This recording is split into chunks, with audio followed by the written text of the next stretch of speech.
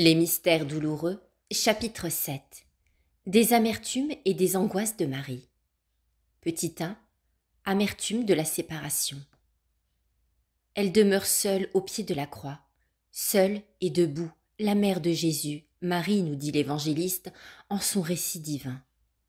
Après le souvenir de la croix de Jésus, le plus beau souvenir est celui de Marie, sa mère, qui seule eut le courage de rester debout près de son fils mourant sur cette croix, et mourant pour sauver l'univers de la mort. Ô spectacle émouvant de la mère et du fils, de la mère qui souffre et du fils qui console, de la mère qui pleure et du fils qui sourit, de la mère restant debout près de la croix et du fils attaché à cette même croix, de la mère qui soupire et du fils qui expire. Ô immensité de douleur digne à jamais de rester imprimée dans le cœur des chrétiens. Petit 2. Angoisse de la compassion. Pilate sur le bois écrivit pour la croix ce titre: Jésus de Nazareth, roi des Juifs. Vous aussi écrivez, mais écrivez au cœur ce titre contre les irrisions des hommes et contre les assauts ténébreux des démons. Vous serez par la seule force de son nom délivrés de toutes les attaques des méchants. Agissez donc ainsi et gravez dans le cœur ces titres de Jésus appendus à la croix. Vous trouverez alors auprès de vous Marie, debout comme à la croix, intercédant pour vous à l'heure des tentations et de la mort. Petit 3. Martyr de la transfixion. Aucune mère n'a jamais ressenti en ce monde, en donnant naissance à un enfant aimé, allégresse pareille à celle de Marie, qui seule a eu pour fils le Fils même de Dieu. Nulle mère aussi n'éprouva douleur égale à celle de Marie à la mort de son fils. Marie eut à souffrir, dans sa compassion, toutes les douleurs de son fils à la passion. Elle se tenait en effet près de la croix, dans les larmes, debout, et son cœur ressentait à chaque douleur comme la douleur d'un glaive qui le transverbérait avec amertume. Ce fut merveille même qu'elle put survivre dans son corps virginal à souffrance pareille, car son âme éprouvait, à chaque torture, une torture égale à celle de son fils.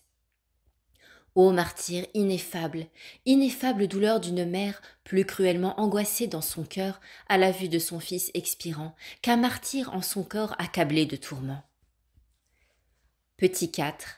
Prière pour demander la contrition du cœur.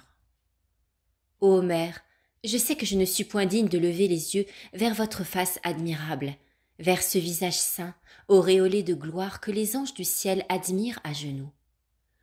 Vous m'apparaissez, ô mère, comme adornée de roses de pourpre et de feuillages d'or, et je reste effrayée de mon impureté. Cependant, ô Marie, à cause de vos bontés, je garde malgré tout l'espérance assurée d'obtenir à nouveau la grâce du pardon, si vous daignez encore intercéder pour moi. Et que puis-je vouloir, attendre ou désirer obtenir de la plus indulgente des mères, comme de la plus compatissante des vierges, si ce n'est le pardon et la consolation, dans le calme et la joie d'un repentir sincère?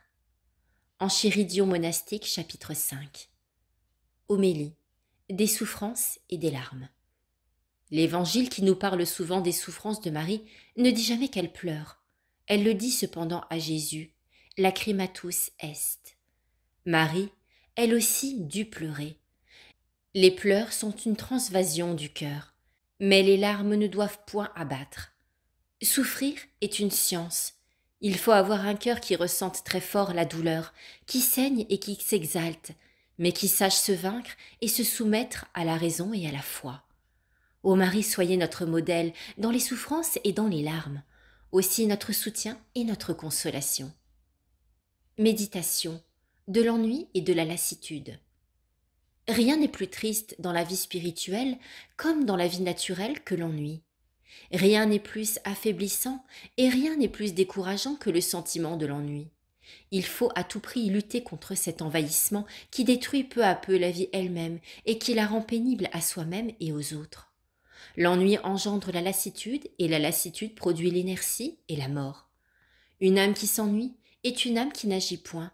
Pour guérir l'ennui, il faut d'abord travailler. Les latins appelaient l'ennui d'un nom qui rappelle la mort, taedium. Fuyons l'ennui, comme un fléau qui menace de se communiquer. Aussi Marie est-elle appelée dans l'Écriture la mère de la douce joie, Mater Sanctae Laetitia. Pratique. Ne jamais faire sentir aux autres les ennuis qu'on peut avoir. Pensez. Ô Marie, soyez notre allégresse et notre joie. Causa nostrae Laetitia.